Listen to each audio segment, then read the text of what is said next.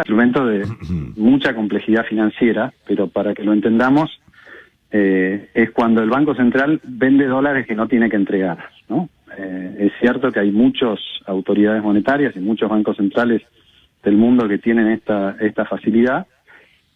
Yo fui presidente del Banco Central, sí, recordarás, Marcelo. Yo nunca hice nada en el mercado de futuros, entonces no todo es igual, ¿no? No todos somos iguales, la primera reflexión. Pero la gravedad de lo que hacía el Banco Central en 2015 es que para llegar a las elecciones, para frenar la corrida cambiaria, vendía dólares que no tenía. Esta es la clave de la cuestión. Vos sabés que cuando terminó el gobierno de Cristina Fernández y asumimos nosotros, nos encontramos que en el Banco Central había más dólares que se debían que los que había en caja, ¿no? O sea, las reservas netas eran negativas. Pero además había una deuda en dólares, que eran estos dólares futuros, que fue armando el Banco Central anterior y que fue 17.000 millones de dólares que no tenía. O sea, la lógica es, yo te vendo un dólar que no tengo y te lo entrego dentro de varios meses. Sí, claro, cuando yo ya no estoy en el poder.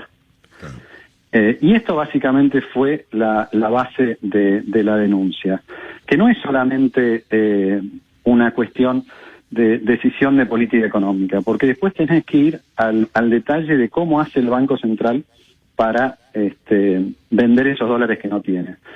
La Carta Orgánica le impide al Banco Central vender lo que sea a precios que no son de mercado. Y yo creo que acá está el corazón de la cuestión, que obviamente ni Cristina ni Kicillof parecen entender todavía la denuncia, porque se agarran de un peritaje de miembro de la Corte que no responden a lo que está acá en cuestión, ¿no? Lo que hacía el Banco Central era vendía estos dólares a futuro en el mercado de ROFEX, que es el de Rosario, donde se operan estos contratos, y había un solo vendedor, que era el Banco Central. Y del otro lado había miles de compradores, porque todo el mundo sabía que el Banco Central estaba regalando esos dólares. Tan obsceno fue, y vale la pena repasar esto, que en un momento el Banco Central llegó al tope de lo que tenía permitido vender en ese mercado. Y por presión del Banco Central, y vayamos a saber no sé qué otras autoridades, el ROFEX modificó ese tope para que el Banco Central siguiera vendiendo el único oferente frente a miles de demandantes. ¿Qué te quiero hacer con esta descripción que parece bastante técnica? Que no era un mercado que funcionaba bien, no era un precio de mercado al que vendía el Banco Central, porque en un mercado donde hay un solo vendedor y muchos compradores, está totalmente distorsionado. Y la manera de comprobar eso era que otros dólares, como el dólar financiero en Argentina o el dólar futuro en Nueva York, se vendían un 40, un 50% más alto que los dólares que regalaba el Banco Central. Entonces no hay ninguna duda de que hay un perjuicio económico para el Banco Central como consecuencia de esa acción. Y eso ayer yo no lo vi en la explicación de ninguno de los imputados, ¿no?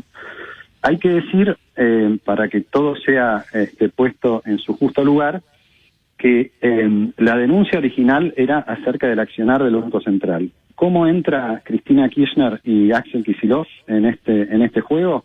Bueno, fue una interpretación del juez en su momento que le imputa a Cristina y a Kicillof la instrucción al Banco Central.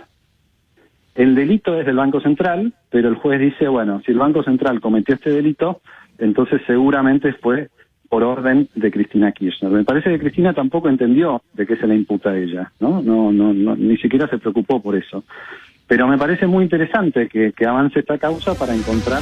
Pratgay recogió el guante de Cristina después de que la vicepresidenta lo nombrara en una serie de irregularidades económicas que derivaron en una fuga de divisas. El ex ministro de Economía dijo, si buscan a quienes fugaron los dólares durante el gobierno anterior, empiecen por su jefa. Alfonso Pratgay, en diálogo con Radio Mitre, también dijo que Argentina tiene un presidente sometido a su vice. hay un presidente que está totalmente sometido a esa visión. Lo que descubrimos el 1 de marzo es que el sometimiento es total. Entonces, estos embates antirrepublicanos son muy preocupantes porque vienen desde la máxima autoridad del poder, ¿no? Lo que refleja la visión de Cristina, no solamente en el alegato de ayer, sino a lo largo de todo este tiempo en su recorrido por la justicia, ella no cree en la república, cree en la tiranía de la mayoría.